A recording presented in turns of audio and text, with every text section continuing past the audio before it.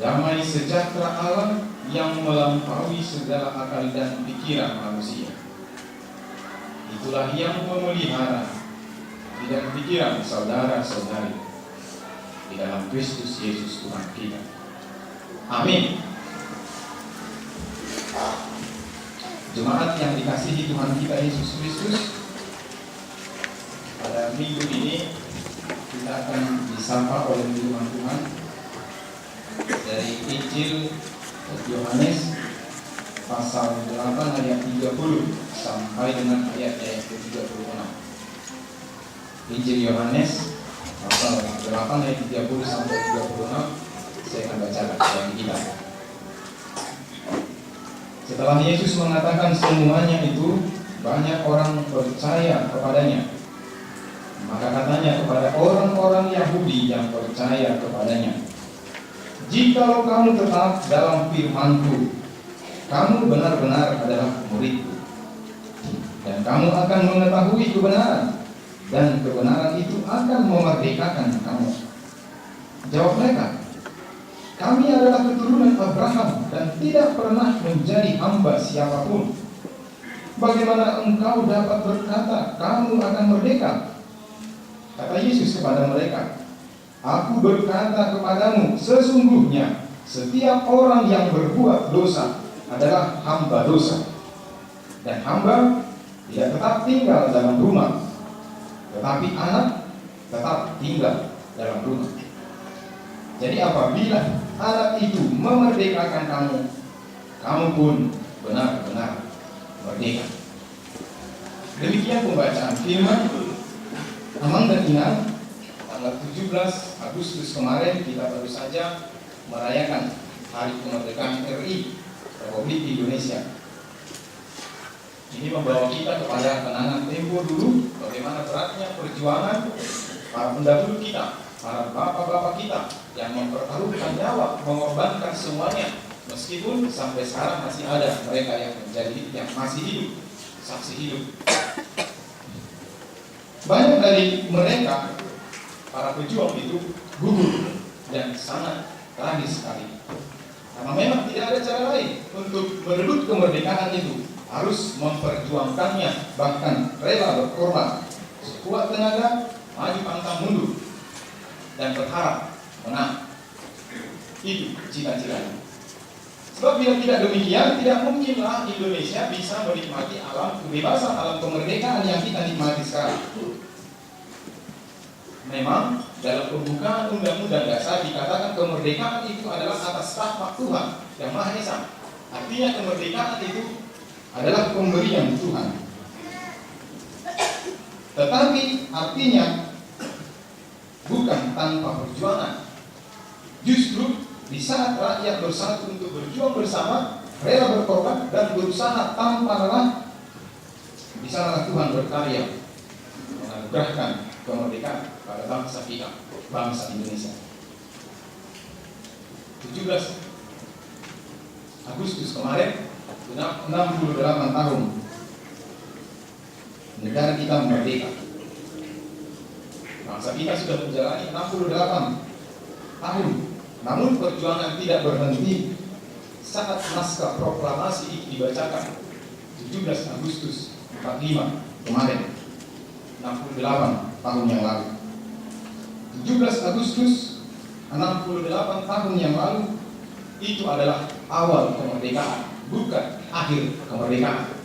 Oleh sebab itu masih harus kita perjuangkan, diisi dengan nilai-nilai luhur, kebenaran, keadilan, perdamaian, kesejahteraan, dan menciptakan kesatuan di tengah-tengah bangsa dan negara. Karena itu amang dan inang, apapun yang kita rasakan, apapun yang kita alami dan saksikan di bumi Indonesia ini, kita harus tetap berkarya bagi nusa dan bangsa, bagi Kristus, demi mengisi kemerdekaan. Kita tidak boleh hanya hidup sendiri, berjuang untuk diri sendiri, berjuang untuk keluarga sendiri, berjuang untuk gereja sendiri, tetapi berjuang untuk nusa dan bangsa. Sebab untuk itulah kemerdekaan ini dihadiahkan oleh Tuhan kita 68 tahun yang lalu.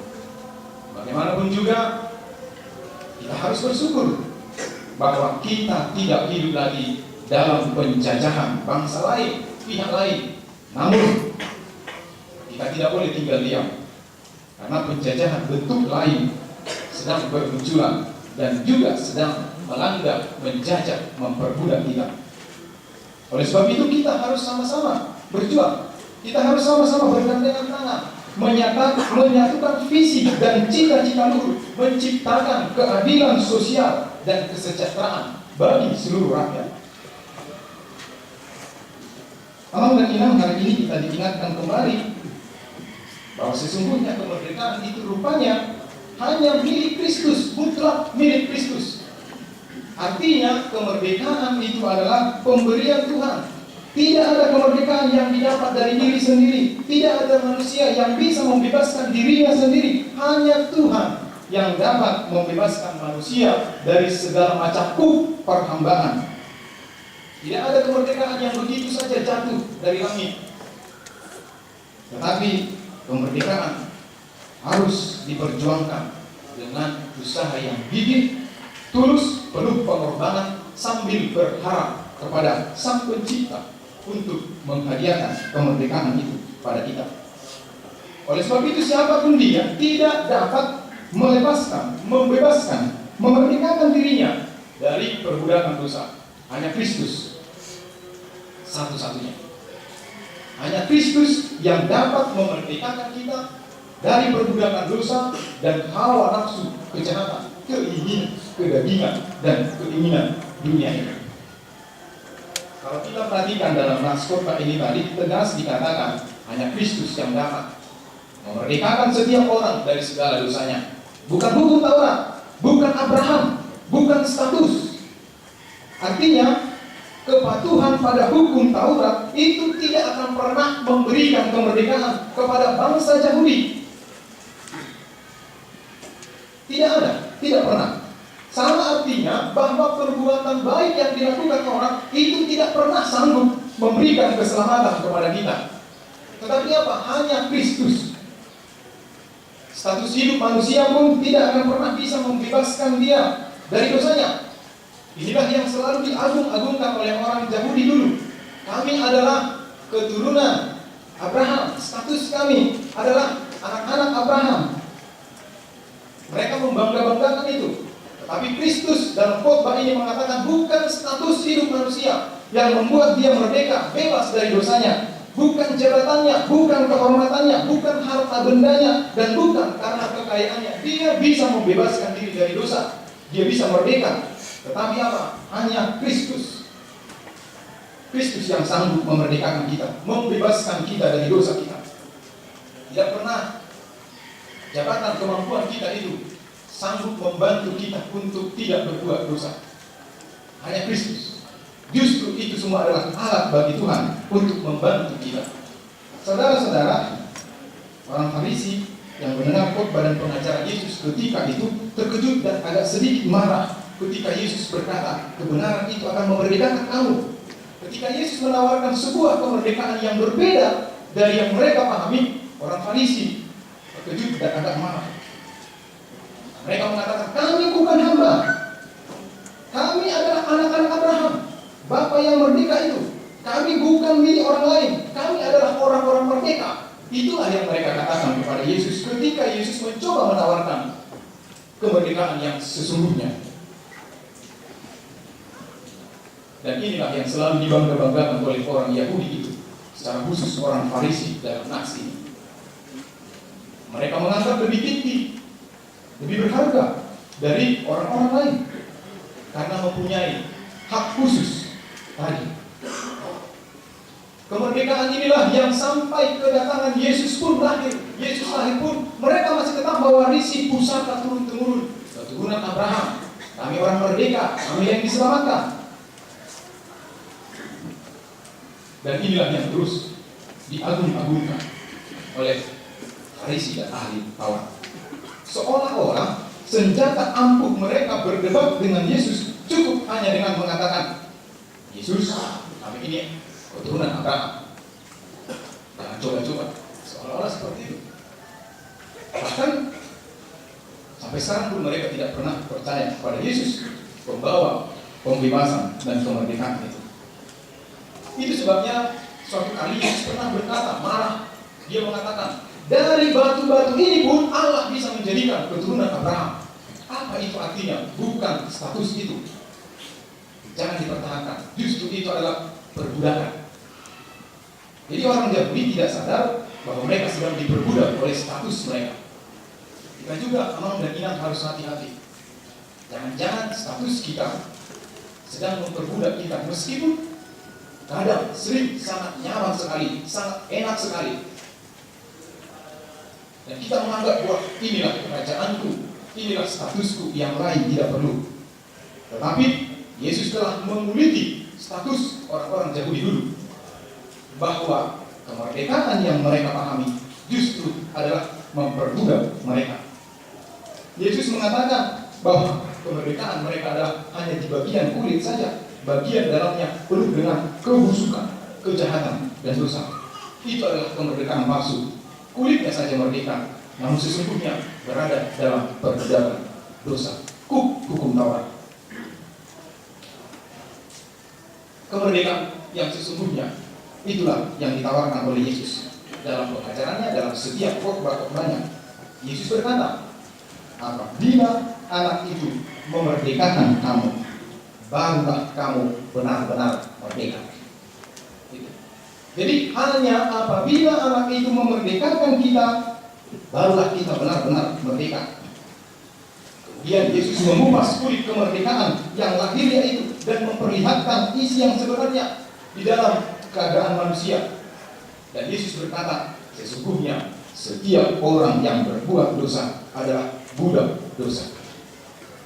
Nampaknya saja mereka merdeka karena masih dapat melakukan ini dan melakukan itu, hidup senang, kebutuhan lengkap, dapat memenuhi keinginan, dapat memuaskan keinginan sendiri. Yaitu yang dialami oleh orang Yahudi, orang ahli Farisi ketika itu. Dan mereka menganggap, wah, kami merdeka bebas. Karena kemerdekaan dipahami ketika itu, ketika dia tidak budak. Dan ketika orang jadi budak, yang sangat rajin ketika itu, dia menganggap, saya merdeka. Ketika dia jadi tuan, majikan, dia merdeka. Dan dia boleh berbuat apa saja. Dan pemahaman yang dangkal itulah yang sampai saat itu dianut oleh orang-orang Yahudi, orang Farisi. Tetapi Yesus mengupas kulit kemerdekaan itu dan tampaklah manusia yang terikat, terbelenggu, meringkuk di bawah suatu pemerintahan mutlak, suatu pemerintahan diktator yang bernama dosa. Sampai-sampai mereka tidak dapat melepaskan diri, bahkan lebih parah lagi merasa nyaman atas perbudakan itu, sampai-sampai Yesus pun mereka tolak, yang membawa kemerdekaan yang sejati. Amang dan Inang, sejak peristiwa pemberontakan di Firdaus, manusia tidak lagi mengenal kemerdekaan yang sesungguhnya. Karena manusia itu sudah tergadai dengan harga yang sangat murah, seharga buah pohon dalam arti kutip. Itulah harga manusia digadaikan kepada iblis. Tetapi Yesus harus menebus itu dengan harga yang cukup mahal sekali, darah Kristus. Padahal begitu murahnya manusia itu digadaikan dengan sebuah buah pohon, buah apel dalam arti kutip. Tapi ditebus oleh darah Kristus, pribadi Kristus. Sejak saat itulah manusia tunduk pada tuan yang lain, yaitu iblis. Sedari itu manusia tidak lagi memiliki kebenaran Allah. Manusia selalu memberontak dan membangkang hingga sekarang ini. Manusia lebih suka dengan majikan barunya, yaitu dosa. Sejak itu dan seterusnya, manusia menjadi budak, tidak lagi merdeka. Sebab hanya dalam Kristus ada kebebasan dan kemerdekaan. Dalam ayat 34 dikatakan, sesungguhnya setiap orang yang berbuat dosa adalah hamba dosa. Jadi ketika kita melakukan dosa, saat itu kita diperbudak oleh dosa. Artinya apa ya, Amang dan Inang? Siapa berbuat dosa, ia bukan tuan lagi, tapi budak. Ia bukan anak majikan lagi, tetapi budak. Sebagai budak, ia terikat untuk melaksanakan perintah dosa, perintah tuannya. Dosa menjadi paduka tuan besar, karena ia memerintah seluruh umat manusia. Yang diperintahnya bukan satu orang, satu golongan, tetapi seluruh umat manusia. Para hambanya yang diperbudaknya, ada yang berlaku sebagai pembesar, sebagai rakyat jelata, ada itu sebagai raja-raja, ada itu sebagai menteri, ada itu sebagai presiden, ada itu sebagai anggota DPR, anggota gereja, hamba Tuhan. Ya, kalau kita perhatikan, itu bisa saja terjadi. Semua golongan-golongan itu dan jabatan-jabatan itu bisa dipakai oleh iblis menjadi hambanya. Dosa itu juga memerintah di negara-negara yang notabene sudah merdeka, tetapi di dalamnya terjadi penjajahan. Apalagi di tengah-tengah bangsa negara yang sedang terjajah. Semua manusia adalah hamba dan dosa adalah tuannya. Dan ini yang sangat sadis Amang dan Ina. Sebagai tuan, dosa itu rupanya memberi upah kepada semua hambanya. Iblis juga bisa memberi upah. Apa upah yang diberikan oleh dosa majikan itu? Maut, kematian kekal. Itu sebabnya Rasul Paulus berkata, upah dosa ialah maut. Meskipun iblis itu sangat jahat, tetapi dia juga bisa memberi upah. Tapi upahnya racun yang sangat mematikan, maut dan dosa. Tetapi meskipun demikian, masih saja banyak orang yang mau menerima upah itu dan mau bekerja menjadi budak terhadap iblis, dosa. Kematian kekal, itulah upah atau dari hamba dosa, budak dosa. Upah maut ini menjadi milik semua orang tanpa terkecuali, karena semua manusia telah menjadi hamba kepada dosa dan memperoleh upah yang sama. Kemudian Rasul Paulus menyadari bahwa dia adalah hamba dosa. Kemudian dia berkata, aku manusia celaka, siapakah yang akan melepaskan aku dari tubuh maut ini? Roma 7 ayat 24. Paulus menyadari itu. Dan kita juga diajak untuk menyadarinya. Roma 7 ayat 24. Aku manusia celaka, siapakah yang dapat melepaskan aku dari tubuh maut ini? Tetapi dengan iman dia berkata, dia gembira dan dia bersuka cita karena dia bisa menjawab syukur kepada Allah. Paulus yakin ia boleh lepas dari tubuh maut itu hanya karena Yesus Kristus, ayat 25. Dan itu juga lah Amang dan Inang, rasa syukur kita. Tidak usah kita khawatir lagi bahwa meskipun kita orang yang berdosa, tapi sesungguhnya kita bukan budak dosa lagi. Tapi jangan mau lagi diperbudak oleh dosa. Kita sekarang adalah hamba Kristus. Saudara-saudara, dalam ayat 36 khotbah ini berkata, apabila anak itu memerdekakan kamu, kamu pun benar-benar merdeka. Inilah kabar sukacita dan kabar keselamatan bahwa Kristus datang ke dunia membawa kemerdekaan sesungguhnya. Yesus datang menjumpai kita yang sedang terbelenggu oleh dosa dan tak sanggup berbuat apa-apa. Karena itu hanya orang merdeka lah yang dapat memerdekakan orang-orang yang terbelenggu. Hanya Yesuslah yang sanggup melepaskan dan mematahkan rantai dosa itu. Orang berdosa tidak pernah bisa melepaskan yang berdosa. Hanya orang yang merdeka bisa memerdekakan. Kristus, Yesus sebagai manusia adalah orang yang merdeka. Yohanes menyebut Yesus adalah anak Allah. Dia adalah utusan Bapa untuk memerdekakan setiap belenggu dosa. Dia datang membawa terang, membuka mata hati dan rohani setiap orang, sehingga menelanjangi setiap orang yang merasa diri merdeka, merasa diri bebas. Dan Yesus sang terang dan kebenaran itu menyingkapkan status orang-orang secara khusus. Ketika itu adalah orang Yahudi dan Farisi yang merasa diri merdeka, bahwa mereka adalah budak dosa. Dan di sini kita tahu semua manusia adalah hamba dosa. Tetapi Yesus tidak hanya menyingkapkan Amang dan Inang, tetapi menjadi satu-satunya agen pembawa kemerdekaan, pembawa pembebasan bagi seluruh umat manusia. Itu semua didorong oleh belas kasihannya. Sesungguhnya dalam khotbahnya ini Yesus mau berkata kepada orang Farisi, hai umat manusia, hai orang Farisi, hai orang Yahudi, sadarilah dirimu yang celaka. Berhentilah berbicara tentang kemerdekaan, karena engkau sesungguhnya adalah budak yang harus ditolong. Namun inilah Amang dan Inang Dasar orang Farisi ini tegar tengkuk, bangga atas kebenaran sendiri. Mereka tidak mau, mereka menolak Yesus. Padahal sesungguhnya Yesus menawarkan kemerdekaan yang tidak harus diperoleh dengan cara berperang. Kita tidak harus tumpah darah kita untuk memperoleh kemerdekaan itu. Cukuplah darah Kristus yang tertumpah, dan itu ditawarkan. Dan Yesus tidak pernah menuntut kita. Yesus mau mengorbankan dirinya menebus semua manusia dari tuan dosa, yaitu iblis, dengan darahnya sendiri. Kalau perjuangan, kalau kemerdekaan RI itu dengan tumpah darah bangsa kita, para pejuang kita. Tetapi untuk kemerdekaan yang sejati, yang lebih berharga dari itu, Tuhan tidak meminta tumpah darah kita, tetapi Dia sendiri yang mati disalibkan. Yesus memberikan harga tunai, kontan, dan tidak diangsur-angsur untuk menebus kita, supaya kita tidak berlama-lama hidup di dalam budak dosa itu. Bayaran yang cukup mahal. Namun itu semua Yesus lakukan agar manusia benar-benar merdeka.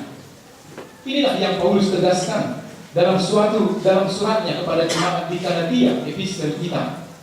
Dia mengatakan, ini adalah pernyataan Paulus, kita sungguh-sungguh merdeka karena Kristus telah memerdekakan kita. Di sini kita tahu kemerdekaan yang sesungguhnya ada dalam Kristus. Ini pernyataan Paulus dan kesaksian Paulus. Karena itu dia mengatakan, berdirilah teguh dan jangan lagi mau dikenakan kup perhambaan. Dengan cara bagaimana? Aman dan inang. Yang pertama, hidup dalam firman. Itu yang dimintakan dari sini. Kalau kita perhatikan ayat 30 tadi, disebutkan bahwa banyak orang telah percaya setelah mendengar pengajaran dan khotbah Yesus. Banyak sekali. Kita juga mengaku bahwa kita adalah orang percaya. Iya, mendengarkan, kita adalah orang percaya. Tapi mari kita lihat, apakah kita sebagai orang percaya hidup sebagai murid Kristus? Ayat 30. Dengan tegas dan jelas Yesus berkata, jikalau kau tetap dalam firman-Ku, kamu benar-benar adalah murid-Ku. Ternyata tidak cukup hanya percaya, tapi harus hidup di dalam firman dan menjadi murid Yesus. Aman dan ingat, bisa saja orang mengaku sebagai orang percaya, tetapi belum tentu murid Kristus. Karena itu tidak perlu heran dan terkejut. Namun, mari kita merenung dan mengenal diri bahwa di zaman sekarang banyak orang percaya tetapi tidak berlaku sebagai murid Kristus. Banyak orang percaya tapi tidak hidup dalam kebenaran. Mengaku diri percaya tapi tidak hidup di dalam kasih. Kalaupun punya kasih hanya untuk dirinya sendiri. Perkataan Yesus ini menjadi bahan evaluasi dan renungan bagi kita semua, bahwa orang percaya yang menjadi murid Yesus adalah mereka yang hidup di dalam firman-Nya. Itu jelas sekali kata Yesus. Karena latar belakangnya ketika itu dalam khotbah dan pengajarannya, wah, orang Yahudi itu banyak juga yang percaya. Tetapi Yesus mengatakan tidak cukup percaya, harus menjadi murid. Dan yang menjadi murid adalah tetap tinggal di dalam firman-Nya. Apa artinya hidup dalam firman Tuhan? Orang percaya yang menjadi murid Yesus akan selalu berguru pada firman Tuhan. Jadi guru kita adalah firman Tuhan. Tidak akan berguru pada diri sendiri, meminta petunjuk pada firman Tuhan, bukan pada kuasa kegelapan. Benar. Banyak orang percaya punya pengetahuan yang tinggi-tinggi, punya kepandaian yang tinggi-tinggi. Bila menghadapi persoalan, itu yang dia andalkan. Banyak yang berpendidikan tinggi dan menguasai ilmu politik, ekonomi, hukum, sosial, bahkan menguasai teknologi dan komunikasi yang cukup canggih yang dapat dipakai dalam hidupnya. Bahkan banyak buku-buku dan tulisan-tulisan artikel-artikel menyajikan kiat-kiat sukses mencapai kehidupan bahagia. Banyak sekali kita temukan itu di dunia ini. Namun, sebagai orang percaya dan menjadi murid Yesus, harus tetap hidup tinggal di dalam firman-Nya. Bagaimanapun kecanggihan dan kemampuan kita mengelola hidup kita, firman Tuhan tidak boleh bergeser sebagai dasar hidup orang percaya. Dan justru itulah kelebihan kita, itulah hak mutlak kita, dan itulah perbedaan kita dari dunia ini. Kalau kita mengatakan kita orang yang pintar, orang yang canggih, orang modern, dunia lebih canggih dan lebih modern. Hanya satu yang menjadi perbedaan kita. Kita orang modern, orang pintar, orang canggih, menguasai dunia, tetapi beriman, percaya, dan murid Yesus. Hanya itu perbedaan kita. Dan janganlah yang itu juga hilang dari kita, bergeser dari kita. Sebab bagaimanapun itu tidak boleh bergeser dari kehidupan orang percaya. Firman tidaklah sebatas kiat dan cara mencapai kehidupan kekal. Firman adalah sumber kehidupan yang mengalirkan sukacita, kebahagiaan, kekuatan bagi setiap orang yang hidup di dalamnya. Karena itu aman dan ingat, marilah kita tetap tinggal dalam firman. Dari sana akan mengalir kebahagiaan, sukacita, kekuatan dan pengharapan abadi. Sehingga kita tidak lagi diperhamba oleh dosa dan kejahatan hawa nafsu duniawi dan keinginan diri sendiri. Hidup kita akan merdeka karena Kristus sungguh-sungguh telah memerdekakan kita. Dan yang kedua, caranya adalah hidup dalam kebenaran. Mengapa orang percaya harus hidup dalam kebenaran? Karena dalam kebenaran itulah ada kemerdekaan. Itu yang dikatakan oleh Kristus. Kebenaran Tuhan adalah Kristus. Setiap orang yang percaya dan muridnya, sesungguhnya dia telah merdeka. Karena Kristus sang kebenaran itu tinggal di dalam dirinya. Sehingga dia bukan lagi hidup oleh dirinya sendiri, tetapi Kristus yang hidup di dalam dirinya. Sama seperti yang dikatakan oleh Paulus, kini ku hidup, bukan aku lagi yang hidup, tetapi Kristus yang hidup di dalam aku. Itulah manusia baru itu. Dan itu harus kita renung-renungkan amang dan inang bahwa aku kini bukan aku lagi yang hidup, tetapi Kristus yang hidup di dalam aku. Itulah yang menuntun kita. Karena itu kemerdekaan. Kemerdekaan Kristen itu adalah sebuah kekuatan, sebuah kuasa Tuhan. Artinya dengan kemerdekaan Kristus kita memiliki kekuatan, kita memiliki daya untuk mengalahkan apa saja yang mencoba memperbudak kita, baik hawa nafsu, baik keinginan duniawi, baik kepuasan, baik hal-hal yang membuat kita terjatuh. Karena itu amang dan inang untuk mengalahkan godaan-godaan yang membuat kita jatuh dalam perjuangan. Paulus mengatakan kita harus kuat hidup dalam kebenaran. Orang yang hidup dalam kebenaran akan berusaha berjuang membebaskan dirinya dari rasa khawatir, rasa benci, dari rasa iri hati, dari dengki, curiga, kemarahan, geram, dan balas dendam. Orang yang masih menyimpan rasa amarah, dendam, benci belum bebas, sebenarnya belum merdeka. Mengisi kemerdekaan ini amang dan inang bukan nanti, bukan besok, tapi kini, sekarang, di sini dan hari ini. Oleh sebab itu, hari ini mari kita bebaskan hati kita dari rasa benci terhadap sesama, dari rasa iri, dengki, marah atau curiga terhadap sesama, dari pikiran-pikiran negatif terhadap orang-orang lain, terhadap siapa saja. Ketika itu dapat kita lakukan, kita sedang mengisi kemerdekaan yang Tuhan anugerahkan bagi kita. Jadi kemerdekaan itu tidak otomatis berjalan, tapi diusahakan. Kemerdekaan itu harus total. Kemerdekaan itu tidak berarti merdeka dari orang lain, bebas dari jajahan, tapi bebas dari pegangan lain, bebas dari kuasa lain, bebas dari sikap menggantungkan hidup pada pikiran dan kemampuan sendiri, membebaskan diri dari kebodohan dan kesombongan. Kita harus memperhambakan hidup kita kepada kebenaran Allah. Sebab kebenaran itu sendirilah yang akan memampukan kita menikmati kebenaran Kristus yang dianugerahkan. Yang terakhir, bagaimana caranya supaya kita mengisi kemerdekaan ini tetap berada di rumah Tuhan? Itu ayat terakhir. Yesus membuat analogi keluarga. Hamba tidak pernah tinggal dalam rumah, sebab bila perlu hamba itu bisa dijual menjadi milik orang lain. Dia tidak tetap tinggal. Tetapi anak akan tetap tinggal dalam rumah orang tuanya. Dari sini kita dapat mengambil sebuah pelajaran bahwa orang-orang yang tetap tinggal di rumah Tuhan, di rumah Bapa, tetap tinggal dalam naungan Bapa adalah tanda dari anak-anak Tuhan. Oleh sebab itu amang dan inang, kalau ada yang mulai bergeser meninggalkan rumah Tuhan, meninggalkan pertolongan Tuhan, sebenarnya dia sudah mulai menghilangkan status keanakannya sebagai anak-anak Bapa. dan lambat laun dia sedang ingin memperbudak dirinya. Anak akan merasa bebas tinggal di rumah orang tuanya. Mari kita perhatikan anak-anak kita. Dia bebas makan, bebas menonton, bebas tidur, bebas belajar, bebas bermain, bebas duduk di kursi goyang, dan kebebasan lainnya. Bahkan kadang kita harus menggeser meja di ruang tamu supaya dia bebas bermain, merangkak, berjalan, bersepeda, dan lain-lain sebagainya.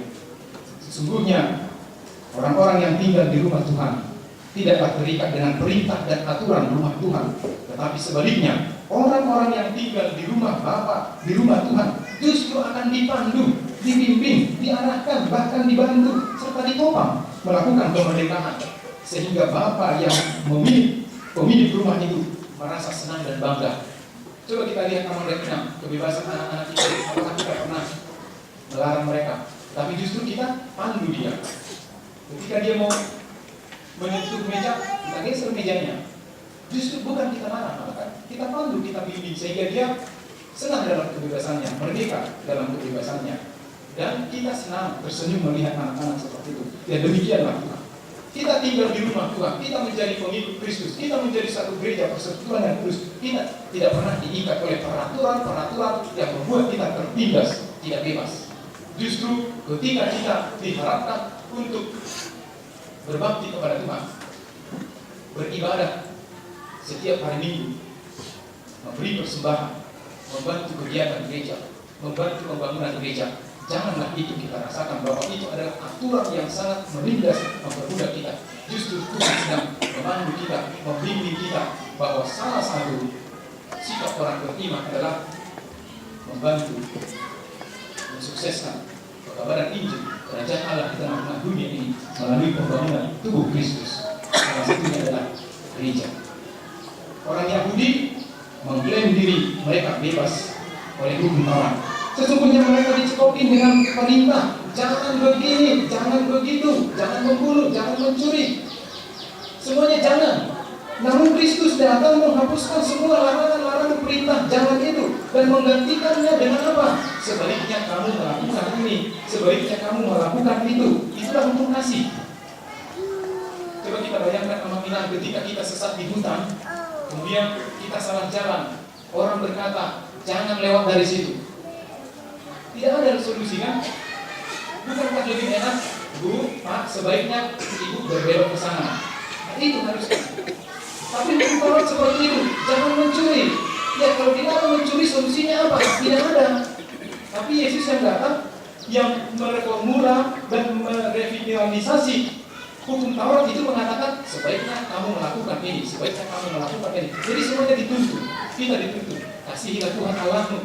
Dia tidak mengatakan jangan hujat Tuhan, tidak itu kan? Sebenarnya kan mengasihi Tuhan Allah sama artinya dengan jangan menghujat Tuhan. Tapi jangan menghujat Tuhan, solusi apa?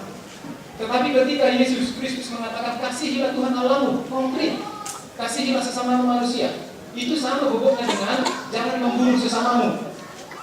Kalau tidak membunuh, jadi mengapain? Kasihilah sesama manusia.